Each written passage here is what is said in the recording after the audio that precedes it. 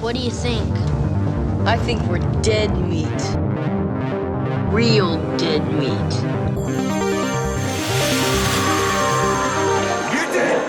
Go ahead and laugh, you guys. If I ever find a little bastards that did this, they're dead meat. Welcome to the Dead Meat Podcast, your horror safe haven. I'm Chelsea. And I'm James, and we're married, and we like to get scared together. Yes. Molly's here. She got a haircut, and she looks silly. She looks dumb, so we put her in a sweater. That'll hide some of the shame. I mean, it's also getting chillier out, so. Yeah, she just had a nice little couch nap with me. Oh, yeah. I'm napped. I'm ready to talk about the Bone Woman, Huesera. Huesera. I'm afraid I can't pronounce it. I'm doing poorly, don't worry. Huesera. Every time I try to speak Spanish in an episode, I'll have some comments being like, it was so cool to hear James speak Spanish, and then other comments be like, dude, you need to work on your Spanish. And I'm like, come on, I'm trying, whatever. How do you pronounce it? Huesera? Huesera. Huesera? I feel like you're a hoy. You're doing too much hoy. Oh, no. What should I be doing? Huesera? Huesera. I'm not the one to give this advice. Huesera. I'm trying really. I think so the only other language I speak is German, which is all very the back of your mouth. It's like the R's are like back, like here, like, you know? Sure. So like I feel like Spanish is more the front of your mouth. I don't know. Everyone's, I've always heard accents and language people talk about where sounds are in your mouth, and never really tracks for me. Oh. I'm kind of blind when it comes to where sounds are. Sorry. That's probably why I fuck up talking and fuck up my vocal cords. Anyway, Huesera, the Bone Woman. I don't want to say it. Everyone's going to make fun of me. They're making fun of me more. Don't worry. It's a Mexican-Peruvian movie by Mexican filmmaker. Did it come out this year? Or is it a weird thing where it came out last year? It had its premiere last year. It opened wide, or released wide in our case, Shudder, on this year in 2023. Okay. So it's, it's technically a 2022 movie, but like for our awards, we would count it among 2023. Yeah. Well, speaking of which, like maybe Best Actress. Yeah, maybe. For Natalia Solean as Valeria, the lead in this. She's very good. Yeah. Yeah. She's really good. Definitely pulling off a Mia Farrow kind of Rosemary's Baby. Oh, yeah. This is one of them pregnancy ones. It's one of them pregnancy body horror movies, which always freak me out. Yeah. I know. It's so much easier to watch as a guy, I'm sure. Being like, yeah, this would suck. And then as a woman, I'm sure it's like, this could be me. Especially getting to the point in life where it's like, I'm around the age where like, if we have kids, so it just feels so much more real rather than this distant thing that I'm going to do eventually. Yeah. Who knows? When you're like 24, it's like, whatever. Yeah. Now it's like, hey. Yeah, it's freaky. Yeah, this is, it's a, like you said, Rosemary's Baby. It's probably the best known, but there are others. I know there's that Prevenge movie. I've never seen that. I just know that the movie is called Prevenge and about something to do with a pregnant woman. And I'm like, is her fetus evil? I don't know. Yeah. But there are other movies in that subgenre. And then this is most definitely what would be the quote unquote elevated horror. It's for sure. Where it's metaphorical, kind of languid. It's slow. Yeah, it's so that use that as your judgment. If you are into those kinds of movies, it's very kind of Babadookish, Yeah. Then this is a great movie. It's very well made. I think there are some genuinely very creepy moments in this. Lots of good creepy imagery, good sound design. That's like I was worried that this would be a movie where it was a creature type movie that's also kind of slow and serious, and that's when I start to get a little bored, I think. Like what? Anything I don't in know. mind? I'm trying to think of examples.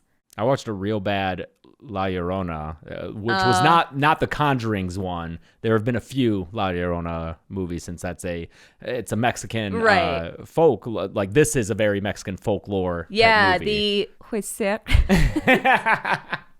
It's okay. Just The bone just woman. own it. Just say it however you want. hon. I keep wanting to say it with the German R, like Hoisera. Okay, maybe not that one.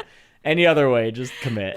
I guess that she's also a figure in Mexican folklore. Oh, okay. What's her deal? It's interesting because La Llorona is so well known, and so I'm assuming. Yeah, well, she takes kids, they cry. Yeah, and something I'm about assuming crying. she has a Wikipedia. She's, Yeah. she's that kind of folklore. She's that girl. But the Bone Woman, you can find stuff about her on like anthropologists' websites is what I was reading. A lot of interviews with the director of this movie and the actress would cite these kind of like smaller like .coms, and I'm assuming they're legit, like scientists running kind of almost Web.0 websites about folklore, and a few of them have the Bone Woman listed, and she is this she's a woman who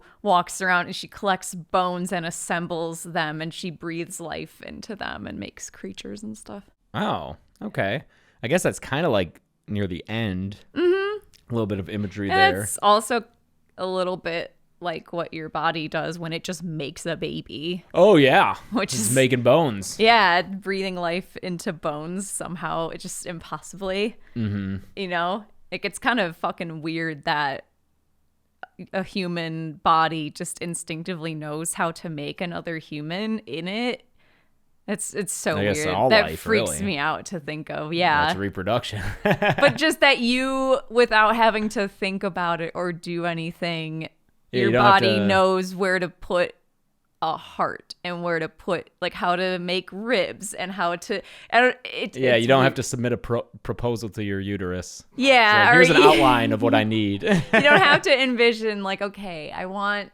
Your womb isn't a 3D printer, basically. You don't have to think Yeah. about what it's gonna look like. Yeah, you don't have to download the. Yeah, it just kind of does it. It that freaks me out. Yeah, it's kind of cool though. It is cool. Yeah. I don't know if we mentioned the filmmaker's name, Michelle Garza Cervera. This is her directorial debut. She directed and co-wrote this, and great imagery. Yeah. Well, It's man. shot so well. All these like strong directorial debuts from female filmmakers. It's such an interesting thing. Like this, I Yeah, think the past few years. was Saint Maud a debut? I forget if Saint Maud or Censor or both were debuts. Yeah. Of those Watcher women, but those were great. Watcher. was? I forget, but just lots of Yeah. kick-ass movies coming out. There were a few. I forget. Oh, Fresh was. Yes. Just a lot of just That's so very cool. confident debuts from women who are our age or a little bit younger or a little bit. Michelle is 2 years older than me, so Mm-hmm. yeah, just this age range of kick-ass women making movies. That's super cool. It's very cool. Yeah, it was filmed in Mexico City. I assume takes place there. I don't think they specify. I don't think they say, but I mean it looked like Mexico Looks like City. Mexico City as far as our. As far as our experience very goes. short experience goes, yeah. I would totally go back. I really liked it there. Yeah. Yeah, I don't know what else to say as far as the spoiler-free section goes. Like I said, if you're not into the elevated horror type thing, this might not be for you. Or if you're like Pregnant. postpartum and going through it, maybe not. Yeah, because this character, the conflict is like what motherhood will be for her and the impact it'll be on her as a person. Yeah, the regrets of motherhood. Yeah, just all the anxiety Yeah. of what is this baby going to do to me? Who will I be Yeah, after having a child? It's all just a big identity crisis. So that might be a rough watch for certain people. Yeah, and I saw some people online saying that the lead character is not sympathetic or that they didn't root for her, which I can understand to a certain point. But I guess, but I you just get gotta have the her. sympathy for this experience and this anxiety. Like, Yeah. it's a tough thing for Mm-hmm. everyone. If you're having a kid and you're not really sure if you want to have a kid, but maybe the husband really wants to have a kid, and that's what you're doing. You Yeah, know, or it's- just everyone in your life just expects you to have a kid.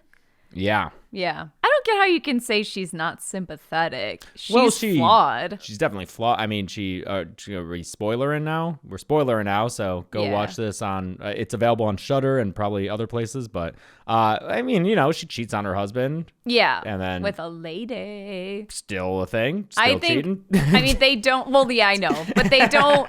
I'm curious on how you read her because some people thought she was maybe just bisexual and some people thought she was just gay and forcing herself to be in a marriage. That first scene of them having sex when they're trying. Completely different than her having sex with a woman. Yeah. I think it's a totally valid read to think the main character's gay. It might be because she is, they're having sex in this like first scene right off the bat. He's on top and she's underneath him and she is very clearly not having a great time. She just looks kind of She's bored. Just rotating a cube in her mind. Yeah, and then kind of, I don't like how easily that metaphor came to you, hon. I was just trying to think because I feel like people make the joke of like, oh, making a grocery list in your head, kind of. Oh, I've never heard. The only thing I know is like think of baseball when a guy's trying not to finish. Oh no, I feel like the inverse of that for the joke for women is like, oh, you're just thinking about to like just get doing through groceries. it. Yeah, but I was like, no, that's too easy of a joke. It's funnier? Rotating cube. You've never heard that meme before? No. Rotating a cube in your mind? No, have you? No, Gressel hasn't either. Neither of you are online enough. I'm pretty online and also in women's spaces online, so I don't know where you are that I'm not. I don't know if that's a women's thing. It's just a thing. All right. I promise I'm not rotating cubes in my head. I hope not. It doesn't seem like it. But... Oh, no. Anyway, because she's like, did you finish? And he's like, yeah. And he's like, did you? And she's like, yeah. And you're like, no. Yeah. And then it cuts to her. She's got her legs up, which I don't know if that does anything. Yeah, I know it's a good visual indicator of someone trying to get pregnant. I don't know if there's science behind it, but I'm sure plenty of people who have tried have done that. And maybe it works. Probably not. I don't think that's how I that don't know works. if that's how that works. Oh yeah, this was the opening scene is her visiting this giant statue of is that Mary. real? I don't know. It's so fucking it's huge. big. Is it? If it's real, then how have I never seen a picture of that before? That's so massive. Hold on. I kind of want to go visit it just because it's so fucking it's big. so big. They're like climbing up these giant steps. Statue of. And it's for fertility. Mary like she's climbing up there with her mom, and the mom is like, well, yeah. Oh wait. Is it real? Is it real? It's fucking huge, dude. I found one that looks like it, but it's in Ohio. That's the twist of the movie. Yeah, it does not take place in Mexico City. It takes place in Akron.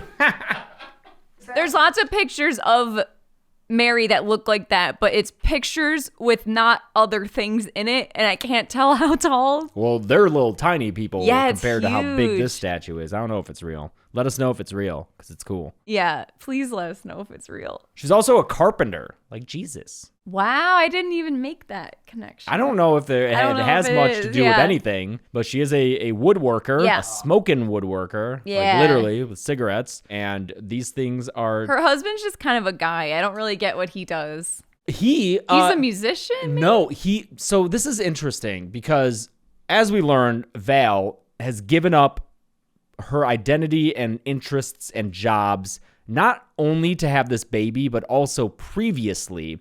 We see a flashback of when she was really young and she was like kind of a punk. She's got a shaved head. Skateboarder. They're like doing some weird, like they're dunking her head in a barrel for a long time. Yeah, like they're all playing chicken with each other and seeing who can hold their head underwater. The cops are chasing after them and they're running around chanting. It's like no me gusta. I don't like domestication. Yeah, I think it's lyrics from a song that they're screaming. Oh, okay. And then it's a great hard cut from that to her sitting in the room with a crib. In the nursery, yeah. But so in that scene, she talks with her then girlfriend, who she ends up reconnecting with here, Octavia, about how like they were planning to leave the city, run away together, do stuff. But apparently Val's brother died at some point. And so Val decided that she would go to college and kind of follow in the footsteps of the life he was going to lead. And so that was one step of her giving things up, this kind of like rowdy young lifestyle, which it seems like Octavia has never left. She's still at these clubs. They were going to move to the mountains together. Yeah, and Octavia talks about doing that now, but in the meantime, she's still at these like fucking punk clubs. It's like rowdy music, and you know, she's Weird still warehouse concerts Exactly. where there's like 20 people there and it's really loud. she's still leading that lifestyle, Yeah. whereas Val has gone and gotten married. She grows her hair out and Becomes very domesticated, you know. But it seems as and obviously that's a big conflict for her. That's like the whole point of the movie. But it does seem like the husband has also given up a past interest of music because his guitar is in the closet. It's kept there. You know, she takes it out only to move stuff around. And then when he has his friends over for dinner, yeah, they're talking about some kind of quartet. yeah, because they are still musicians. And I forget what job they said he has, but it's something like, oh, an accountant. I never thought you would like end up in that job. So he has a very presumably stable white collar, just like provider occupation now. But we never really get any sense of conflict for him. I mean, it's not his movie, but it also seems as though maybe he made that choice more willingly. He's very excited about having a kid. Yeah. He is the one who wants to have this child, wants to be a dad. So I could see the case where he has also given up something that he's been interested in, being a musician, but more willfully, it seems a little bit. Yeah, and it's also a lot easier for him, I think, to set aside his hobbies and maybe other career, just in terms of we see entire scenes of her packing up all her stuff, and she even has outlines of all her tools where they go on the shelves painted on the wall, and she has it's to paint this over them, whole yeah. process to put away her passion, whereas for this guy, he's able to just put the guitar in the closet and it's out of the way, which then means it'd be a lot easier for him to get back into the things that he is passionate about. Yeah, I almost wish there had been a scene where like he took out the guitar and just kind of played with it a little. Yeah, like, to show that illustrate he's that more point. able, he's less his life is less permanently changed, maybe. Yeah, because she, her doctor, like the baby doctor, is like, you gotta stop doing all this woodworking. The 'cause chemicals all are the bad. chemicals and So stuff. like she has to pack up all her tools. Like you said, she paints over where her tool outlines are on the wall. I love the tool outlines. They're so crisp. That was such I totally stopped focusing on the movie for a second because that just gave me so many ideas for how I want to arrange an eventual sewing room. I was like, holy shit, my mind is blown by having these little outlines on the wall. That's such a good idea. Or in our garage. Yeah, I was thinking our garage. You should definitely do that. I really want to do that. That'd be great. That's so cool because then you know what's missing. Yeah. Amazing. But so her workshop room has to become the nursery, yeah. the baby's room. So yeah, it's another just packing up of her lifestyle and putting it away and making way for this child. But she does try to hold on to some semblance of that or keep some like trace of that in the room by making a bunch of furniture for the baby. Yes, handmade. Specifically, she makes this crib, which And is a mobile above it, which has it's so cool. the little animals she makes on the mobile are great. Yeah, they're very Angular. yeah. Just like it's almost like she made animals out of Tetris blocks, yeah. but different animals that are clearly what they are. I like in the middle. There's the spider. The spider's a recurring image. I too didn't in notice this. that, but she does first see a spider. Yeah, sorry, Gressel, you can't watch this one. When she is doing woodworking right after she gets the positive result from the birth test, baby test, I think pregnancy it's test. yeah. Yeah, she gets a positive, and that's the first time she sees a spider. And I read someone say like, yeah, it's like the web of domesticity, kind of that she's being entrapped in. Spiders, definitely recurring imagery throughout. When she visits I don't know, some kind of mystical Yeah. doctor. A bruja, maybe. Okay. Which I love, by the way. When I read the description of this movie, I was like, okay, it's witches. I'm just expecting something kind of specific. I feel like now witches in horror movies are like, I don't know, long hair. They're all kind of hags, or they have there's like bones hanging up everywhere, and it's I don't know. But these women are like drinking coffee in tracksuits and Yeah. painting their nails, and it's just such a funny. I just wasn't expecting it. They're There's just a bunch of middle-aged and They're a older- bunch of aunties. Yeah. Her family she has a sister who has kids, the worst kids, The shitty worst little fucking kids. That's another horror movie bracket we should do. Okay, here's my idea, and we Okay. have to do this after the strike, unfortunately. I want to do a March Madness one year where it's a bracket of the worst horror movie boyfriends and husbands. We will find out who is the worst It's Mika. horror. It's it's Mika from Paranormal Activity. Spoilers. We should also do one of shittiest horror movie kids. Ooh. Yeah, there's a lot of them. I mean, The Babadook, kid is fucking. Why can't you just be normal? Although the issue with that is like that kid is probably. He's probably on the spectrum. Yeah, so I don't know if we can. We'd have to weigh our options Do carefully. you trust us, and viewers? sensitively. I mean, we gotta have like Gage. Does Gage count? Because he's a No, the baby, the two. Why are you one- considering zombie Gage? Yeah, that's a shitty kid. That's a zombie. That's true. That's getting into the actual like it can't be like, oh, Reagan. Like, yeah, obviously Yeah, because that's a possessed demon. Reagan is. Yeah. I would okay. argue a zombie, especially in that case where it's kind of So they seemingly have some to kind be of force. like non-possessed or evil kids, just regular kids that suck, Yeah, that are annoying. I mean these kids suck. Yeah, they Jorge could and be on here. Paula. Nothing fucked up about them. They're just annoying and have not been. No, that's all natural, baby. Yeah, they're just. I don't know. They're just little assholes. Little assholes. It's the type of thing where it's like turn that down, they turn it up, and then Yeah. it's like turn that down. What are you gonna do if I don't? What are you gonna do? Yeah, what It's are like you I gonna don't do? know because I'm not I gonna don't know. hit I you. can't. You're a I'm not. kid. Yeah, I can't hit you because I'm not gonna hit a kid. Yeah, so I don't know. I don't know. I guess you got me. Fuck. And then you threaten them by like, I'm gonna call your. Oh, what? You're gonna call my mom? Or just nothing you can do. That might be my worst nightmare is the idea of like if we were to ever have a kid and then the kid just realizes like if I don't listen to them, what are they gonna do to me? Like what do you do? At some point you're gonna have to like you will have to like physically intervene just to like move them somewhere, right? I mean, I don't know. You just then you lose access to certain luxuries, certain non-essentials. Yeah, I guess if they don't have money, yeah, keep that money away from them. Good. I'm glad we came to a resolution here on the podcast. Parents just losing their mind. I know. Yeah. Parents all listening going, oh yeah, it's just that easy, James and Chelsea. We just saw a baby today. We did. Our friend Dave brought Any his- drunk Disney yeah, viewers? drunk Disney fans. Hey, We Dave. finally met Dave's Dave baby. brought over his little baby today. It was great, and Molly he was was very dressed good. in little pumpkin pajamas. What a cute little guy. Good kid. Good kid. Good man.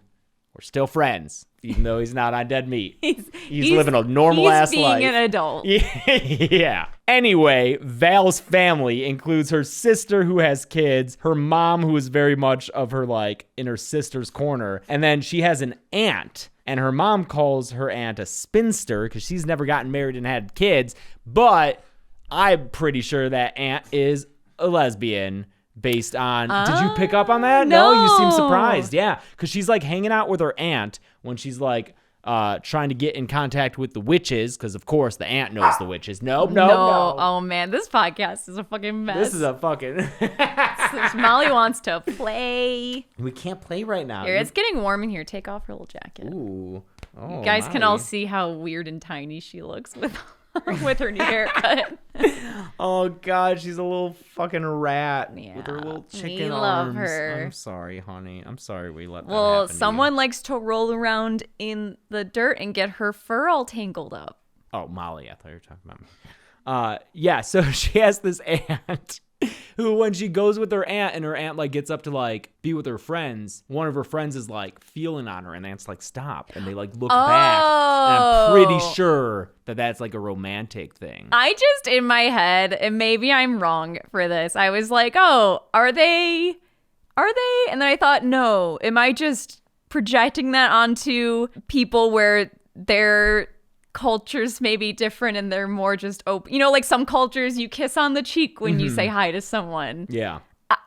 or maybe they're lesbians. I don't know. I think they'd be lesbians because, especially since there's this, because of Val's sexuality, whether she's a lesbian or a bisexual. And I totally forgot that the mom calls her a spinster. Yes, I for some reason did not make the connection that that's the person they were talking about. That's the aunt. Yeah. Okay. So I'm pretty sure the aunt probably also feels ostracized by this possibly more traditional family where, they're having kids, living more normal lives. I mean, there's a lot of teasing of Val for her life choices, both from Octavia, who criticizes and mocks her for leaving the previous lifestyle, the more like unruly, rebellious lifestyle that they had. And then her sister, who Octavia calls her like Fancy Nancy and shit like that. And then her sister later on is yelling at her about how like she has been trying to have like the perfect life or whatever, presumably after that lifestyle switch and when she got with her husband. So it seems like she can't please anyone, no matter what choices she makes. Yeah, she is being criticized from all sides. Yeah, I mean, isn't that just the reality of being a woman in so many instances, especially when it comes to having kids? Because it's okay, let's say you choose not to have kids, then everyone, people call you selfish or like people just look at you differently. Like why wouldn't you want to have kids? But then so often women who do have kids, there's the opposite side of that where people are like, oh my gosh, we don't need any more kids in the world kind of thing. Or if you're still working after having a kid. Yeah. I don't know. No matter what you do, someone's going to criticize. Yeah, there's so many wrong ways to be a woman and no right way, it seems. Yeah, I mean that was women talking, right? Is that or what movie had the like speech? What? Barbie, not women talking. Barbie. Barbie was a lot of women talking too. Both great movies. No matter what choices you make, people are gonna have issues with it. Yeah. During the visit to her family, which is also for Mother's Day, like they almost forget they have to buy flowers on the way. On the side of the road, because obviously being a mother just isn't a big focal point for her. Like when she's like fooling around with her husband, he's the one who's like, wait, watch your belly. Yeah, there's a lot of that in this where she wants to have sex with her husband and he's like, no, we gotta be just treating her like this fragile vessel. Yeah, he's like, wouldn't it be weird? What if I hurt the baby? Yeah. I'm like, no, dude, get in there while you can, man. But yeah, just her body not belonging to her anymore and being treated not as a person, but just person who is growing a person in them. And I also wonder, again, we don't get a ton from the husband. Although at one point he does say maybe we could commit her. He's just like casually is like... Yeah, he's throwing around 5150. Yeah, like wife, what the fuck, dude?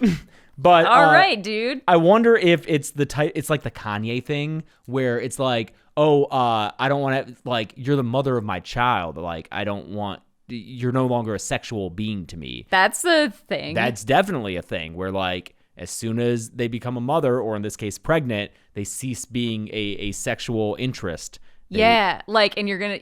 Dude, as soon as I say it, you're going to kill me. But on Vanderpump Rules... God damn it, Chelsea. There's a guy on there who, when he's explaining why he cheated on his girlfriend, his very serious girlfriend. And one of his excuses is, well, like, I respect you so much. And you're just so important to me. And you're my girlfriend. And I love you. And there's certain things I just don't want to do to you because it feels like filthy and like dirty and like and it's just this total disconnect where you start to just there's women in your life like your girlfriend or wife where it's the Madonna whore thing where once you maybe get the idea that I'm going to marry this woman or I'm going to have kids with this woman, that same person can't be the sexual being that you maybe also desire, and it's total weird sexism. Yeah They can be both.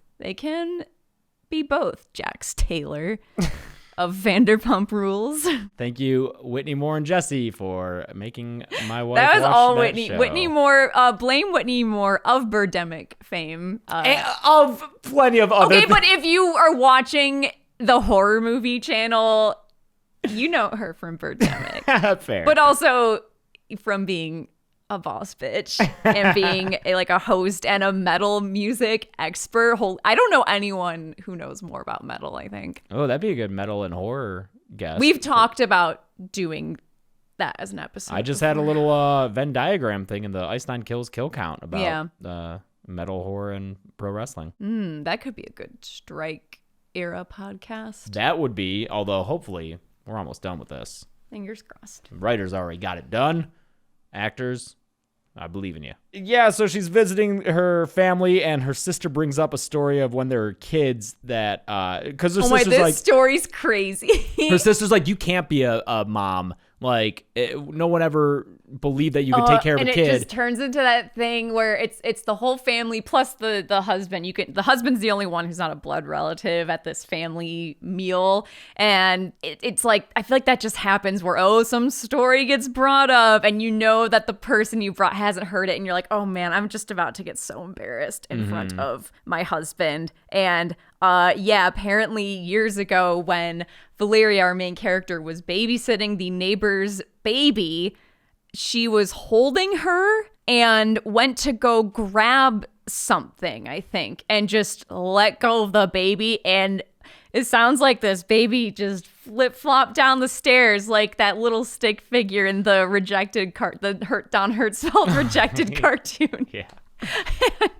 and it's a thing where they still make fun of her for it, and they say, oh yeah, that kid he's a little weird, that kid's kind of fucked up in the head a little bit, ha ha ha. But you can tell this is something that haunts her, and that she does not find funny, especially now that she's pregnant. I'm sure that I think she thinks it's this thing that, even if she's not going to do the exact same thing, she's going to fuck up in some similar way. Like it's this weird destiny that she has. Yeah. Or that's the kind of person she is that she'll just make those kind of careless mistakes. Mm-hmm. So she starts seeing people without faces. Yeah. Who are all cracky bones, like.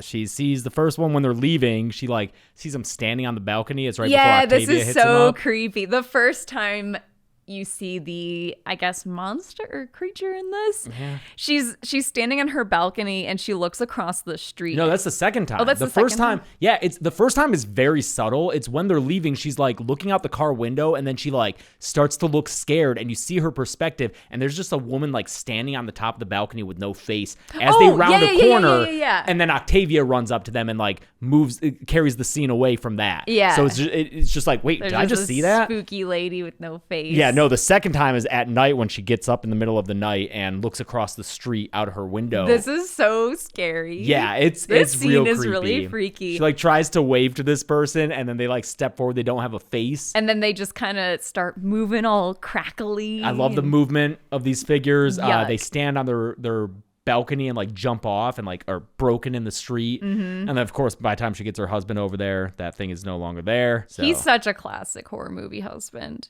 I mean, at the point where he's like, maybe we could commit her. Right. Dude. It's all the greatest hits. Yeah. Later, she wakes up again to knocking at the door, and husband won't wake up because classic again, greatest hits. And she looks out the peephole. Oh, we get a peephole scare. This is a real good one though, because it holds on the peephole viewpoint. And then it's this figure comes out of just the blurry colors that you're looking at. It blends into. I think there's a dark colored door that is across the hall, and this figure totally blends into it. So when it moves, it's so freaky. Yeah, it just comes out of nowhere and then disappears again. It's almost like you're watching low res security cam footage. Yeah, where it's just where'd that block come from? It's very scary. She goes out. I mean, this would not be my instinct to open the door upon seeing that, but that's what she does, and she starts to go downstairs to see what's up. And there's this great shot of her going down the stairs, and then this it's this woman she's laying face down on the floor and is using her arms to pull herself, and so her bottom half isn't moving at all. Yeah, she looks like a boneless woman or something, but she crawls right into the apartment and slams the door shut. Yeah, and so it's oh, is this thing in my apartment now? Yeah, I mean, it seems to be her. It's a manifestation of her, because later we see she's looking into a reflection and it's her, and then it splits off from her. And then another character at some point tells her, oh, being pregnant and having a kid is like you're being split in two. Like those words are said. There's also visual imagery of that. There's a lot of mirrors in her house. Yeah, and at the end, the figure that she sees when she has the kind of vision in the witch's house. Yeah, like with the blanket over her. Yeah. Yeah. But yeah, in her apartment, there's a lot of mirrors, and there will be sometimes where she's like walking, and because of the mirror, you get like two of her. So just a lot of that. And it's like we've been saying this whole time, just a lot of the movie is about her, you know, splitting herself in two, making different choices. Yeah, it's both the kind of metaphorical split where it's you before and you after having children, you as a person, you as a mother, but then also just the very physical idea of being split in half by childbirth. There's this crazy visual of someone preparing a chicken where they just yank this chicken. It's at the family dinner. Of course, yeah. I was wondering why that was in there, but yeah, I guess it's like the physical body trauma of having a kid, because they're just we're looking right up this chicken's cavity as it's just ripped open, and the noise is awful. And the mother also is talking to Valeria and talking about, oh, just wait till you reach labor and it feels like you're being split in half. Like she even says as much. So. A lot of that imagery. It's gross. Lots of bone cracking sounds. She even the whole movie, Valeria's cracking her knuckles. It's this nervous. Yeah, it's like her husband keeps telling her to stop. Yeah, her family tells.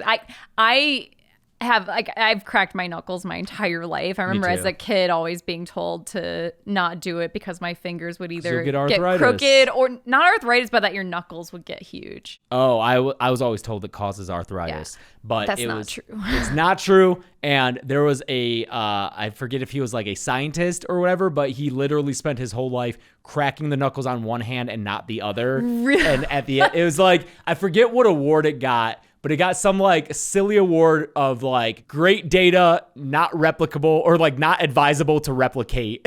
Of just like, thanks for the data. Yeah. That's all. I mean, I just want to crack my knuckles. I know. I used to have in like middle school, I would have a girl crack them for me because I was like, she cracked them real good. I had a friend who could do the like, if you put your thumb like here, kind of like touch it, and then she would do all that. She would like stuff. Grab your hand, and she would get this joint to pop, and it would feel so. Yeah. It was good stuff. Everyone's got one of those friends. I feel like. I mean, yeah, I had a crush on her. But, well, sure, she was also Mexican, Christina. Hey.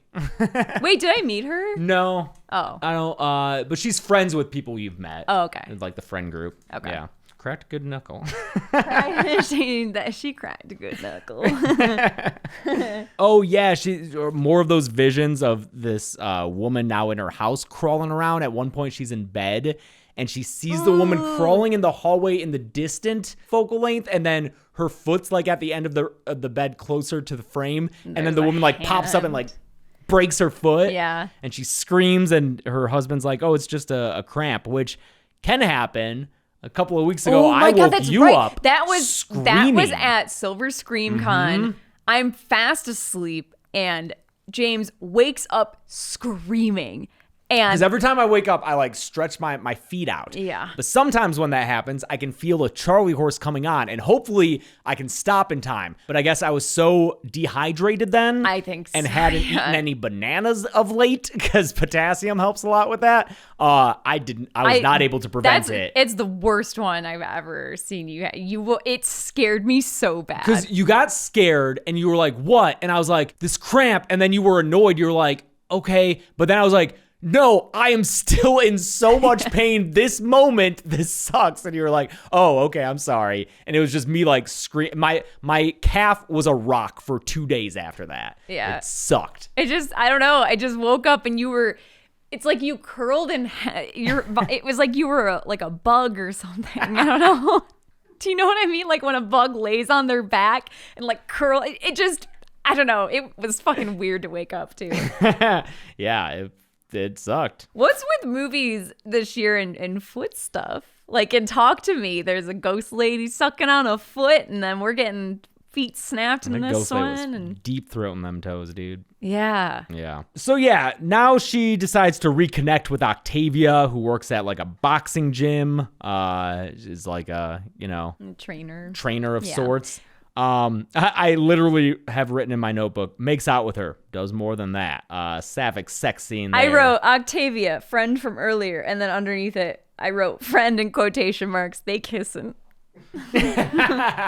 Yeah, they're doing a lot in this. It seems like, well, because Octavia, going back to that scene from earlier where the husband doesn't even want to touch her because he's afraid of hurting the baby. Yeah. And Octavia's giving her the intimacy that she can't. It's a get. much more passionate situation than she Yeah. has with her husband, yeah. And Octavia's an ex in that flashback. Mm-hmm. They were also kissing.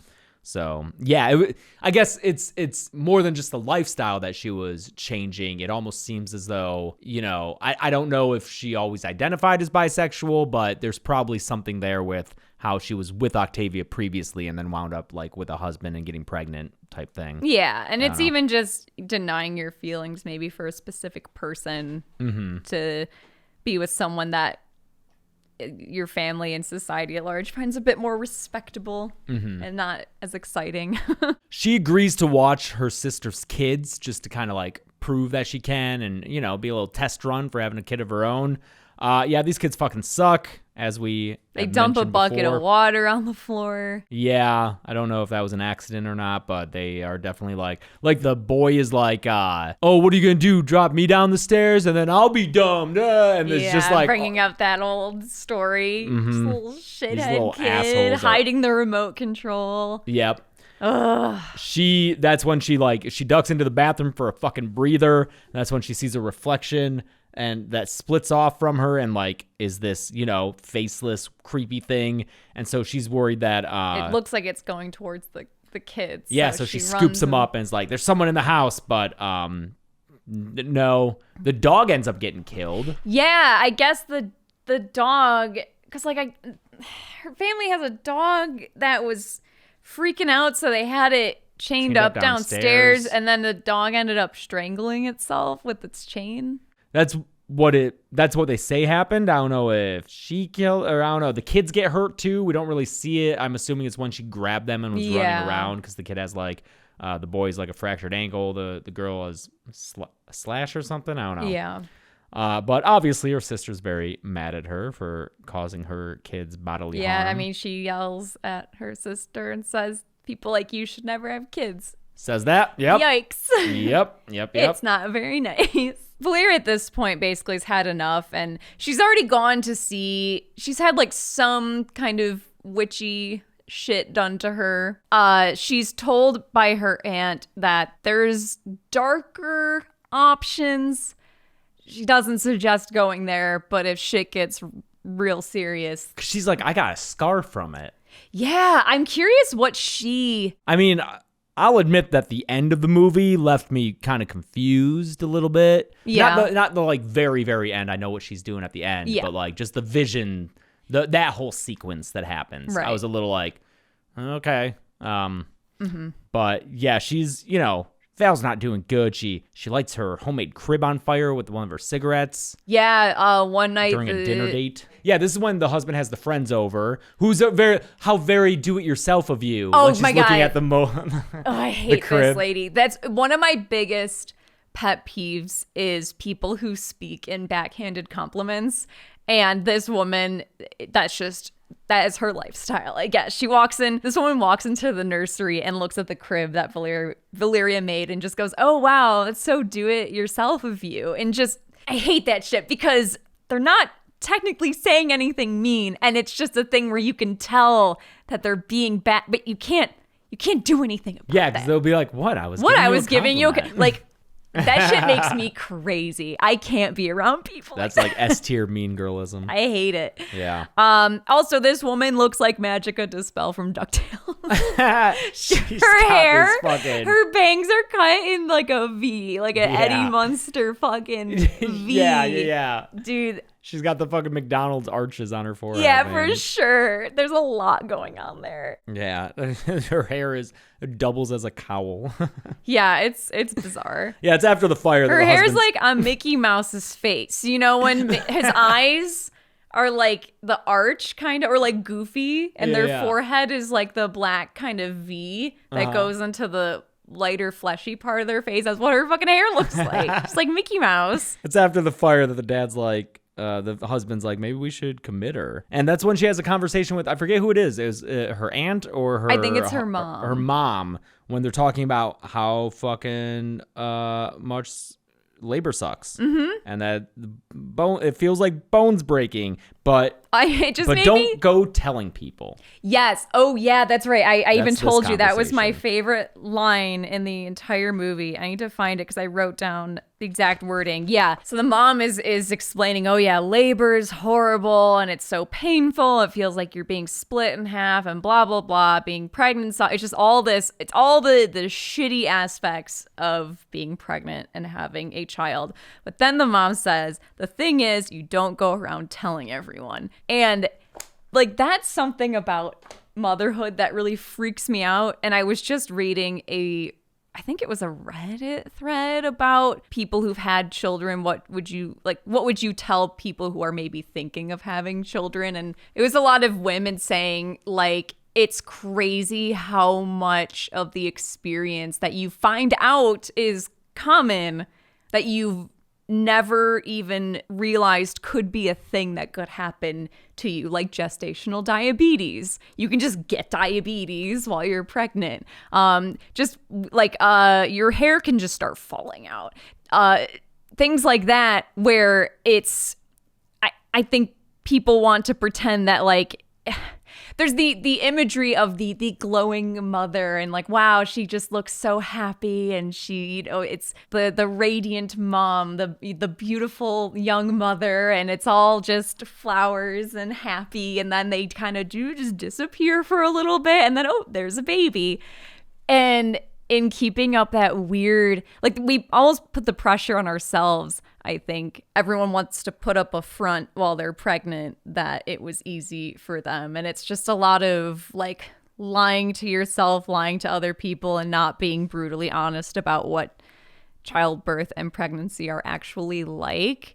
And that's so freaky to me. Mm-hmm. It's like it's probably the most traumatic thing you do to your body, and society expects you to do it, and there's pressure for you to do it, and it's this thing that completely changes you. And I don't know, like that just fucks me up. I think that It's all just kind of a big secret, or that it's not considered polite or tactful to discuss the details of, I don't know. Yeah. I just liked that line a lot. Yeah, I think that's one of the thematic lines of the movie for sure. Yeah. She, tries to hit up Octavia again, but she's not having it because she's like, what's going on here? Like, you're not committing to anything. You're just using me as an excuse. Yeah, Valeria at this point says, I just want to be with you to Octavia. It's like, do you, Valeria, or are you just afraid of what's coming next, Yeah. Because sure enough, it's baby time. It's baby time, yeah. I think the pregnancy seems to, for a movie about pregnancy, the pregnancy itself happens pretty, just kind of happens. What do you mean? Like, it's not a big scene. It's not a big climax. Oh, or no, anything. like the birth. Yeah. Yeah. It's just, she's pregnant, and then she has the kid, and then we're dealing with the post-pregnancy where she doesn't even want to look at the baby. Yeah, she definitely is experiencing postpartum anxiety, depression. The husband's like, why don't you want to look at our kid? And she's like, no, I do. Yeah. But he's obviously super into having this baby, and seems to like be wary of leaving the baby with her. But she's like, no, you got to go see your friend. I'll watch her this night. Obviously, this baby is crying constantly. And Val is looking to get some sleep. So, here's another moment where it's like, I can understand someone being like, this is not necessarily a sympathetic character because she's laying in bed. This baby's crying. She gets up And you see on the baby monitor her take the baby. Well, there's 2 sets of hands though. Yeah.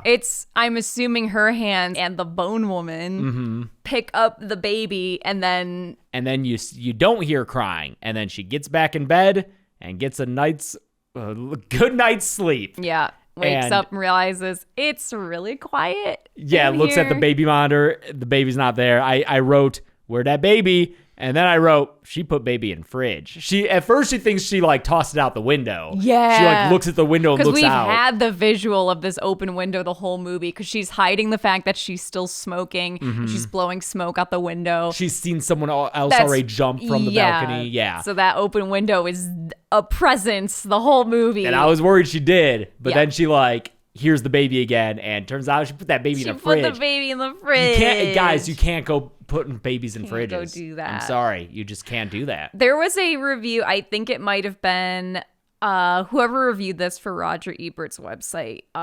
They said something like, what's scarier than waking up in the middle of the night to hearing your child screaming? It's waking up in the middle of the night to them being silent. Yeah. And that was like, ooh, yeah.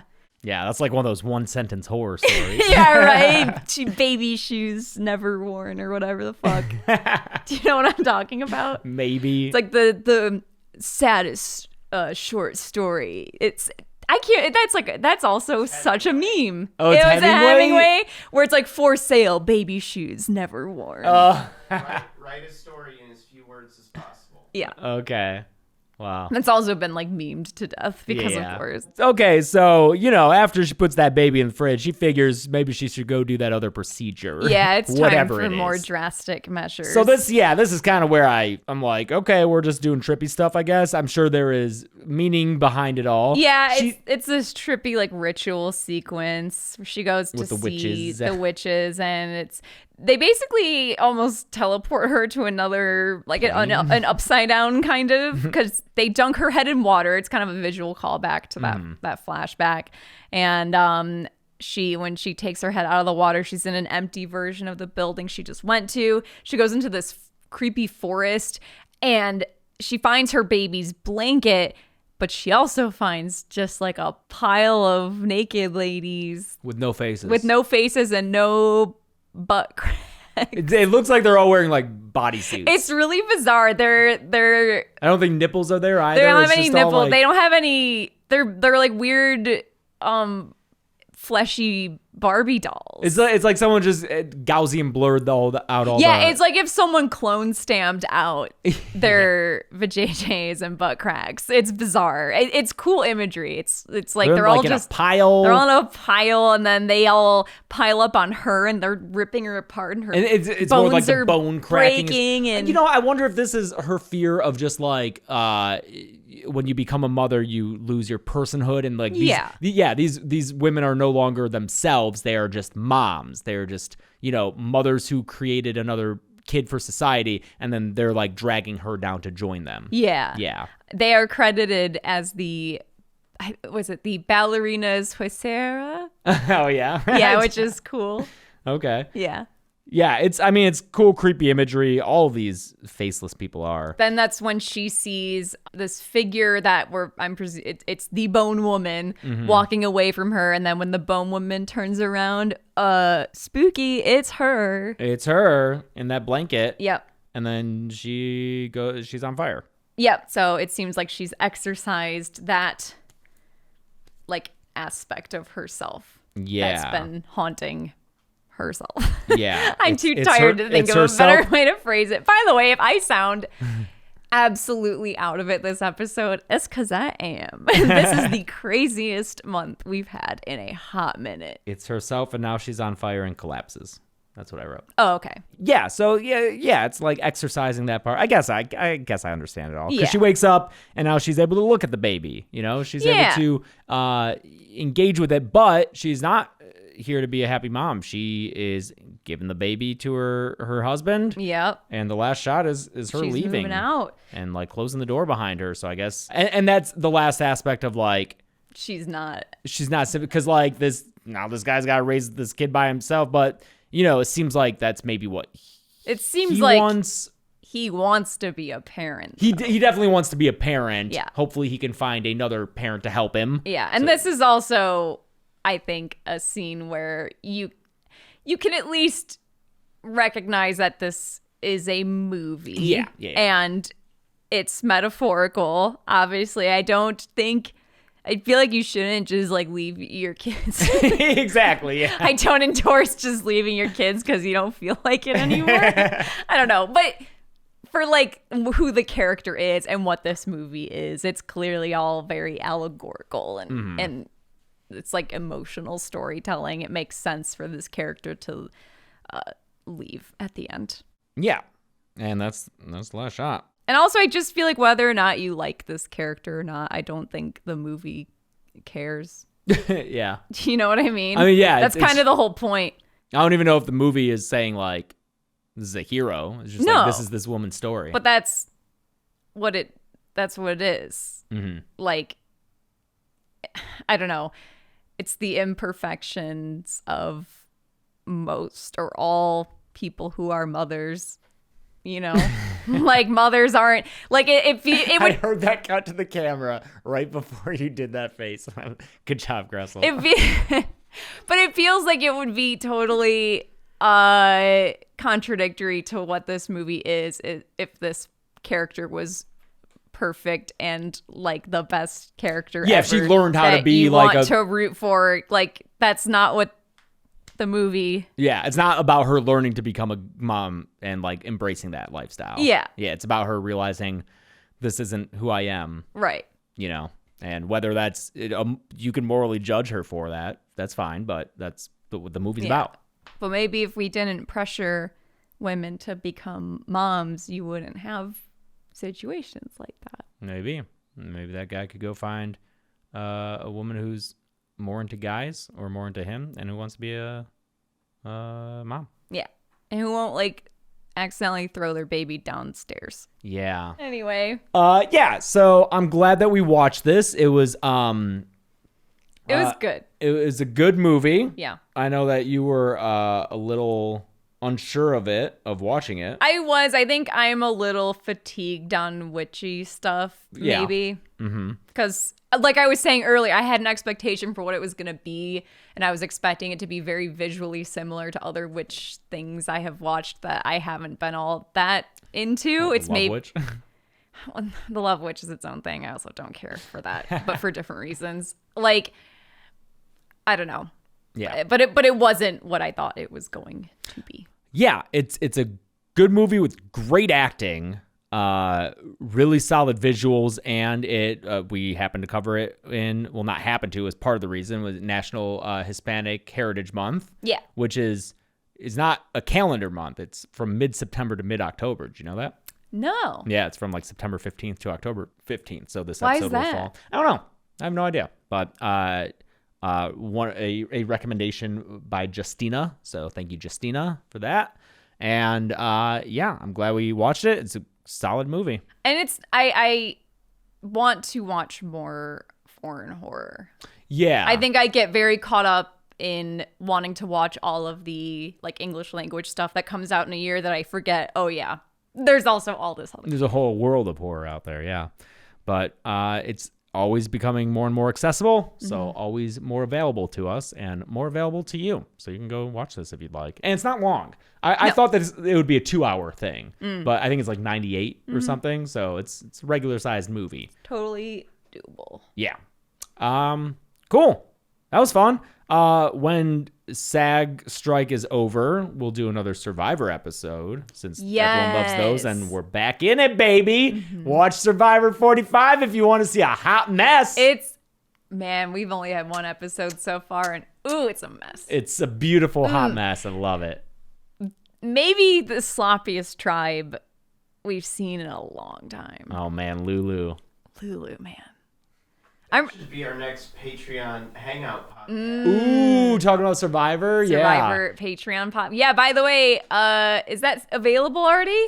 Yes. Patreon? Yes. Yeah, there's a bonus podcast feed on the Patreon. Go check it out. We do an episode every month where we talk about it, not horror, just whatever. It's whatever we want. And we did a little game with involving 90s rock bands. Yeah. Gressel was part of it. And after some conversation, that reward is now available at the $5 tier. So that's a great value. That $5 tier also gets you the commentary track. So at $5 a month, you get an early release of the kill count, a commentary track on a movie you can watch along with, and a bonus podcast every month. That sounds like a fucking great deal, and you should sign up. Even Gressel's eyes are wide at that. Yes, we should make a video advertising that. Probably. All right. Social media? Yeah, Dead Meat James, Twitter, Instagram, TikTok. I'm Carebeck, Carebecc on Twitter and Instagram. And if you want merch, deadmeatstore.com. By the way, thanks to everyone who came out to, what the fuck was it? CreepyCon Aftermath. Yeah.